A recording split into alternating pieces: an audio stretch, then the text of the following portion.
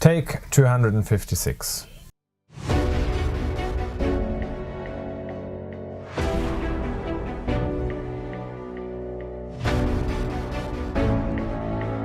Hey everyone, how's it going? It's not really my 256th take. I did do a take yesterday and I didn't like it, and now I'm on daddy duty and trying to make a better job of it. So we shall see, but just to remember, failure is not an option, and the only time that you fail is when you don't get up again. Failure is actually the topic of this video today.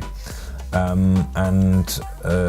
want to raise the question of when do you throw in the towel? When do you quit? You may know that I've been working on my project for several years now, and the past few years have been a little bit tough for us, and not been really able to get off the ground, as to speak. I hear all the time that I should quit and do something else, and so on and so forth. And so I want to take it to you and ask the question: when is the right time to quit? When do you start giving up? When should you turn your back on the project? Just to give this video a little bit of context, I want to take 1 minute and discuss, let's say, my background and how we got to where we are right now. For all of you that read my book, The Struggle for a Better Future, you will know that I grew up in a quite wealthy environment. My father was a self-made millionaire who built up his software company from nothing. It was one of the top 10 software companies in the whole of Europe.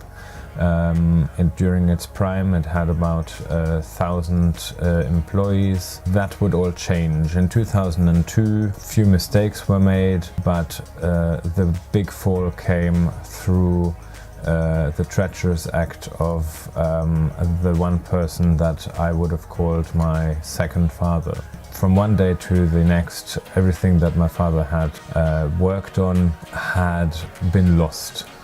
And that is when we started together, my father and I, to work on the vertical takeoff and landing aircraft that today we call the Tu-523. But just as we were getting started, about 6 or 7 months down the line, my father had a stroke and he lost the ability to read and write. But that didn't stop us to continue on that vision. But it demanded a lot of sacrifices. We had to sell all the properties and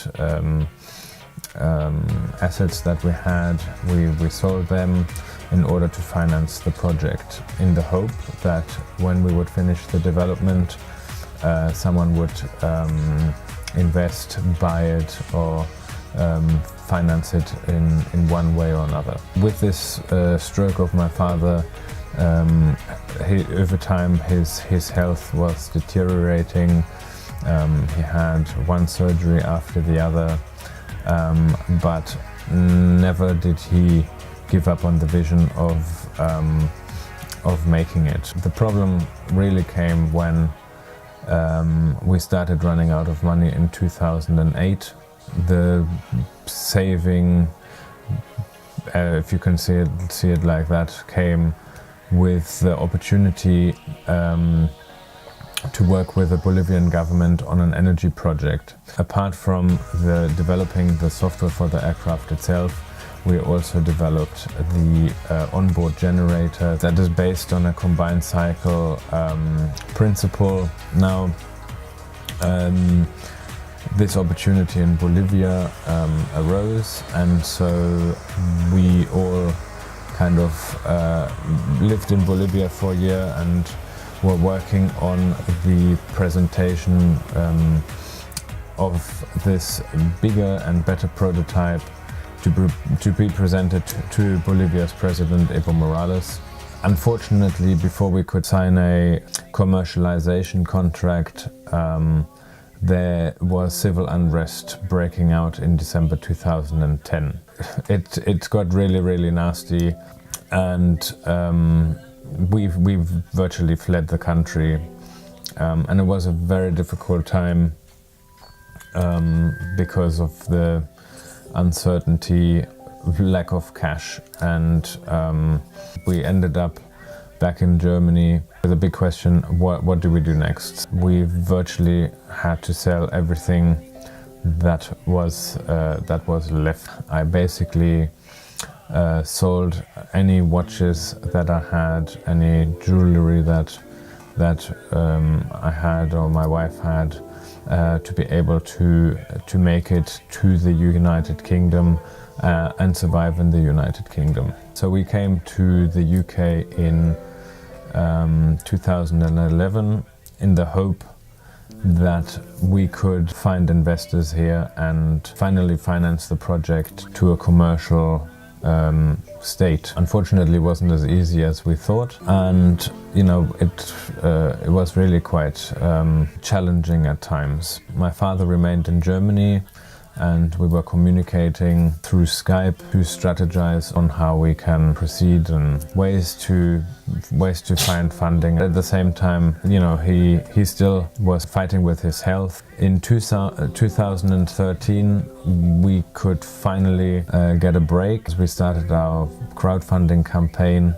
In March 2014, we achieved our funding goal, and we were able to hire a software developer to work alongside me and work on the aircraft prototype again. The unfortunate thing was that a month after receiving the funds, suddenly my father passed away, and I got into depression, and I didn't process his loss properly.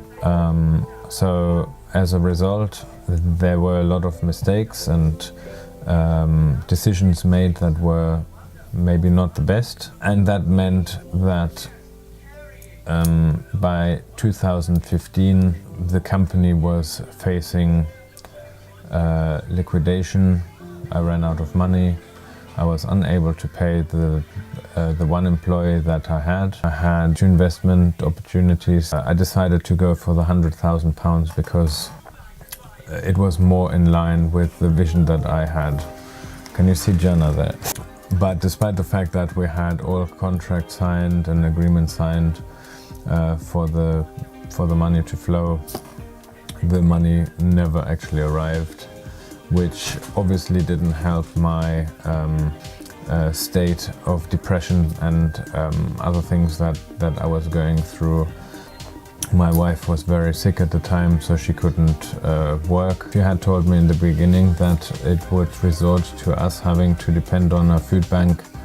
I wouldn't have believed it, and it was a necessity for us to feed our children. The only unfortunate thing really was that we had the new circuit boards coming that promised the model to hopefully have a more stable flight.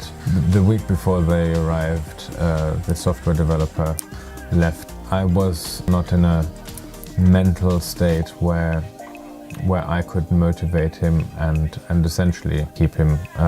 Ever since then, I've been looking for someone who can finish what we started. I don't actually think it's a big job to reassemble the model, and that's definitely something that I would like to be looking at in 2019. That's where we are now. A lot of sacrifices were made. A lot of losses have been accounted for. I am very, very hopeful for a breakthrough in 2019. And if you look back, I mean, this will have taken many, many years now since we started this project. I will take any steps to find the persons necessary to make this project work in the next year. And you should do the same.